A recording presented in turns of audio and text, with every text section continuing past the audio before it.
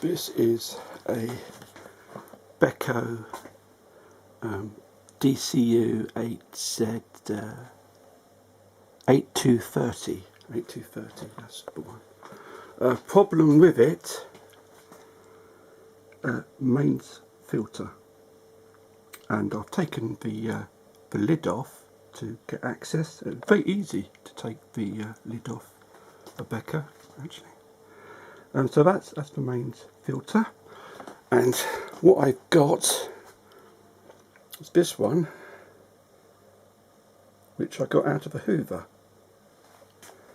and tumble dryer, and I think this will replace that one. Now there's nothing wrong with this one. I've tested it with ohm meter and it is fine, and I know for sure that this one's completely had it. Now if your mains filter has failed, you will know, because you'll be able to see, touch, the whole lot. You'll know that that's a duff one. So I don't need to tell you that.